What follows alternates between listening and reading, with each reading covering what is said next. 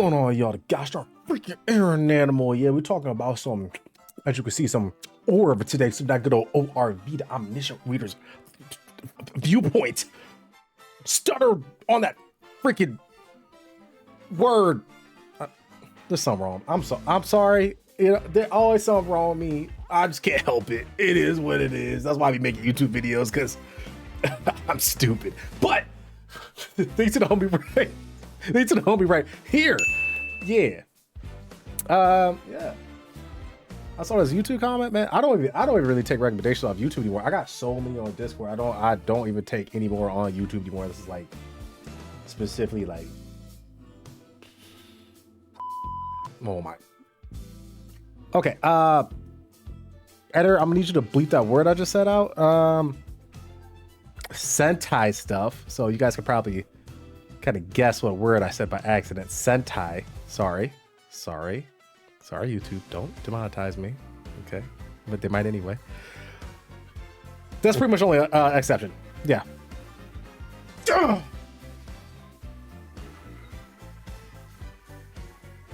This was called What Do You Become the Main Character by Guguk.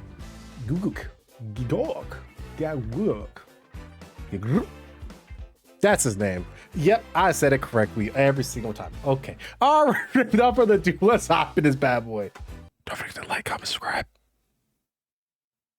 This is gonna be something special. For the longest time, anime fans had this rabid obsession with media that came from Japan and only Japan. Animation not made from the motherland? What do I look like? A cartoon fan? Reading pictures left to right? That's not how you read manga. Then, Korean webtoons blasted onto the scene, quickly carving its own niche in the international community, proving to weebs that if it looks like a duck, walks like a duck, but quacks like we'll give it a pass. This opened the world to a whole new genre of even more power fantasy stories with an OP main character. If you were bored of isekai, no worries, just jump over to Korea, where we have regression, reincarnation, tower climbing, and death games, where reading through all these allows you to get more brain rot than being a part of the Jujutsu Kaisen fan. Tower of God is Korean, I forgot. A series that takes all these elements from every one of these series you can think of, blends it all together for an unabashed love letter not only for these genres, but for fiction itself. I'm being serious. A series that combines a meta take on every power fantasy trope you can think of, Hunter x Hunter style exams, battle royale death games, legendary historical figures from the past, cosmic deities from all global mythology, interdimensional eldritch horrors that haunt your nightmares, and finally, Twitch streamers. For this, I'm sorry, what? This is one of the most important aspects of it. Stop it. So grab your popcorn, fasten that seatbelt, hang on to your knickers. Boobies. Just a heads up, this comment was underneath one of my previous reactions of ORV badly explained. So I'm going from badly explained to this. So like everybody who's read it understands the badly explained. I do not. So I'm really intrigued in this video. Just throw that out there. Okay, let's keep going. Because today we're talking about Omniscient Reader's Viewpoint.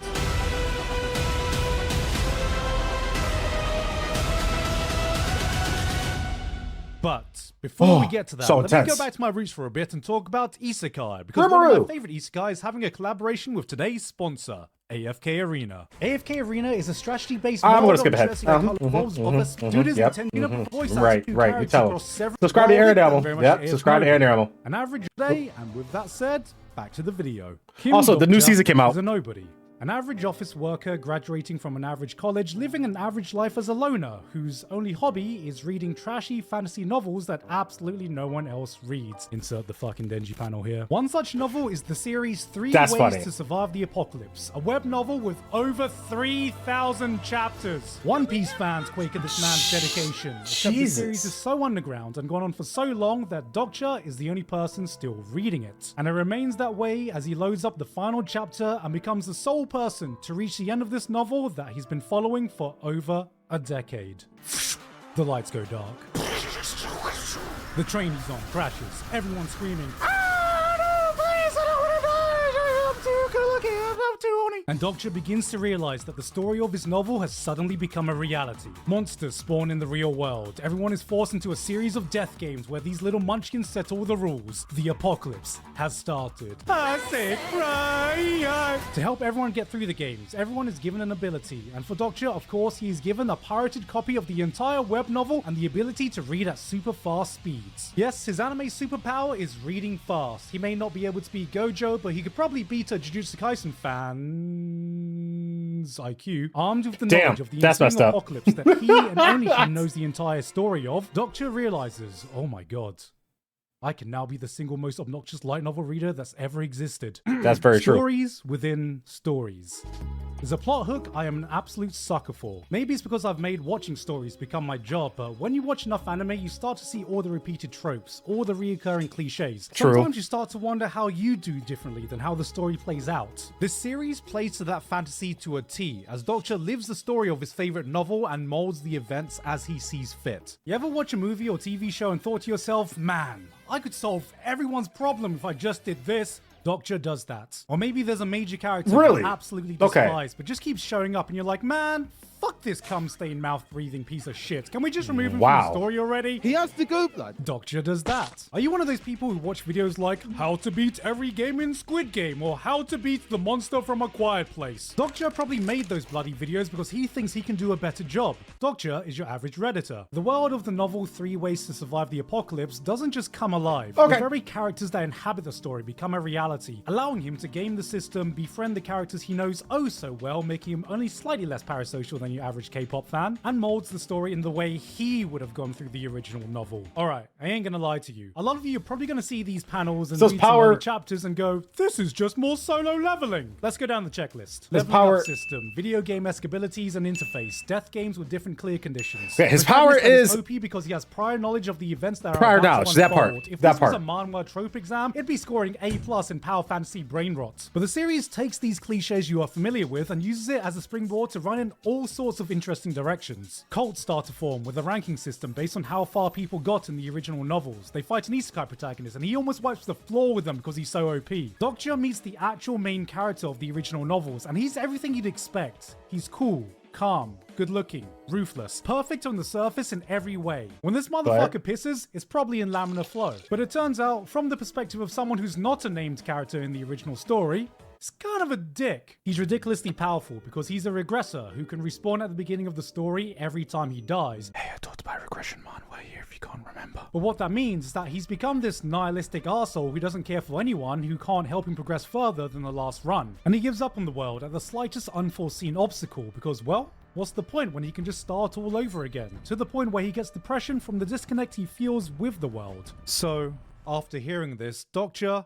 slaps the shit out of him, goes #not my protagonist and tells him, bro, can we just skip the emo character arc this time? Yeah, the series is meta as hell. And here's the thing, meta anime is something I have a soft spot for, but only in those rare cases that the author actually takes the effort to make something interesting out of it. Most of the time you just see a quick fourth wall break or a self-referential joke. Look, you didn't fall on my panties for once. At best, it's like a funny Easter egg, but at worst, it feels like a cheap gimmick. Now go a layer down and you see something like Bakuman or Shirobako. I like this creator. About creating stories where you can learn something but still be invested in the plot of these creators themselves. Then you have your One Punch Mans and Eminence in Shadows, series that not only plays to its tropes but embraces everything the genre is about to craft a genuinely entertaining story and world self-contained. Except for season 3 of One Punch Man. Now, if I were to scale Omniscient Reader's Viewpoint, but that's not because of the story. It would land somewhere about here. This series takes the meta-narrative and explores it Jesus, in a depth dude. that I don't think I've ever seen before. With so many wild ideas, I don't even know where to start. Take one of Doctor's most iconic abilities, the fourth wall. On the surface, the fourth wall seems like your standard OP ability that hey, is a reference to the fourth wall. Oh my god, so meta. A power that protects him from shit seemingly no one else in this story is able to block. It stops even the most powerful, unblockable mental attacks. It shields him from the pain of any injury. It can dampen his emotions to allow him to distance himself from some of the most horrific events he witnesses in the world. It's so powerful that even the Dokkibi, the little creatures that are meant to be running everything, aren't able to bypass fourth wall's protection. Yeah, pretty damn broken. But as he continues to encounter different situations, stuff that never happened in the way they did in the original novel, things start to get weird. He encounters his old bully from his real past and the wall starts glitching a bit. He meets someone that plays a part in some big traumatic event that happened to him before and it shakes violently. It resonates with character moments that meant something to him in the original story, and the more the ability begins to act out, the more you begin to realize the fourth wall is his fourth wall. The Yeah, I one was about to say that his fourth separates wall. and protects him from the rules of his perception of this fictional world. But as the world of fantasy and his reality start to blend together, you see the cracks beginning to form. Sorry, I'm pausing. But that's such a dope, that's an absolutely dope power called fourth wall. The thing is though, like, I was actually thinking that it was more of fourth wall, like it had to be his specific perception and reality, just for the fact that he's not like usually when people break the fourth wall, it's usually they look at like, you know, the audience, right? So I was thinking about it like that perspective, and if he's looking at it, and that if it's the same type of thing where it's based off perspective, and he's looking at, and it's like his fourth wall, it can't be affected by any of this, then that means he sees these characters as book characters versus people that he knew in real life. So that makes a lot of sense that it started messing up when he met people that he knew personally or had something to do with him personally. That makes a lot of sense. Very interesting setup though. That's a wild way to like integrate a power. I like that a lot. That's dope. The fourth wall can't protect him from the real struggles of his life outside of fiction. And that's just fucking cool for a concept, while being so on point for the theme of the story, because this is a story about stories. Not just the power of a story, but the relationship between an author, the reader, and the story being told. And to do this, it has crafted this insane, intricate world with a system that all comes back to this central idea. Okay, pause for a second. You're probably confused as to why I mentioned live streamers in the intro and how that has anything to do with this story. Well, turns out everything is being live streamed to this cosmic Twitch for the enjoyment of constellations. What are constellations? What? Well, that's the name for all these deities or historical figures that are watching the live stream. Is that Wukong? Because, you know, when you're a god, apparently you have nothing better to do than just to watch a subathon run by some celestial Mr. Beast. And I'm not talking about some made-up fake characters. Greek gods and goddesses, Archangel Uriel, Christopher Columbus. These are actual figures. Christopher Columbus? That's Guan Yu! If I had to make a comparison, I'd say it's kind of reminiscent of Drifters. But instead of summoning these heroic spirits to Earth to battle it out like in Forgot about Drifters. They can shower their favorite contestants with subs and donos so they can use the in-game currency to buy better equipment and resources. It goes so far that people can bargain exclusive stream and sponsor contracts that allow contestants to inherit special abilities of whatever constellation they're in a contract with. Why is this even relevant? Stories. The power of a story is the power system in this world, whether it be these constellations wanting to sponsor someone so they can have their story represented, or someone building a powerful story themselves to get recognized by all these celestial beings. And your abilities are tied to the power of the stories you create or the stories you choose to take on. And that's the thing. Everyone has a story. Yeah, what she said. I went to the convenience store today because I was craving fried chicken.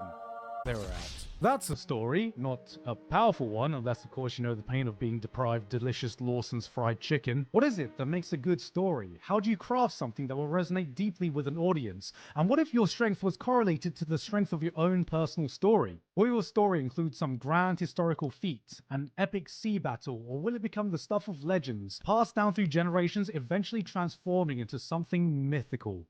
It's a system based on anything and everything you've ever seen in fiction. And if that's not one of the coolest concepts for a power system you've ever heard of, I don't know. Go back to doing sign language with Naruto or some shit. Now I've just been over 11 minutes. Thank you, Alan. Trying to convince you that Omniscient Reader is different. It's not like other power fantasy manhwa. And I'm here to tell you, it's not.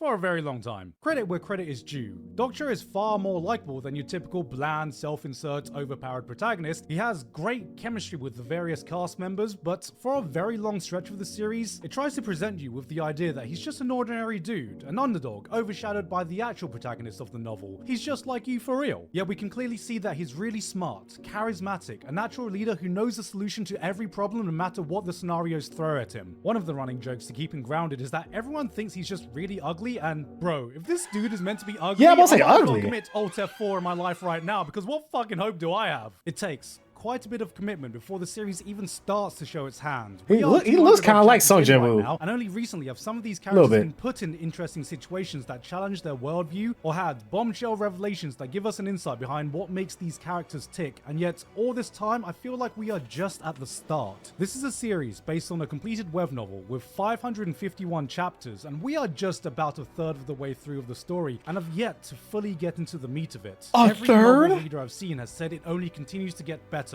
wilder, paying off all the characters and systems to elevate it to a whole new level. And while the last thing I want to do is make smug novel readers feel more superior than they already do, the series has shown enough shades of greatness, set the foundation for so many interesting things that I'm actually inclined to believe them. But as for right now, to me, Omniscient Reader's Viewpoint has just been the ultimate love letter for the genre I can't seem to get away from. An amalgamation of all your isekais, regressions, death games, power fantasy stories that so many people write off, but with a drive to try and do so much more. And if you have the patience, my gut is telling me that we're witnessing a series that is about to evolve into something truly special.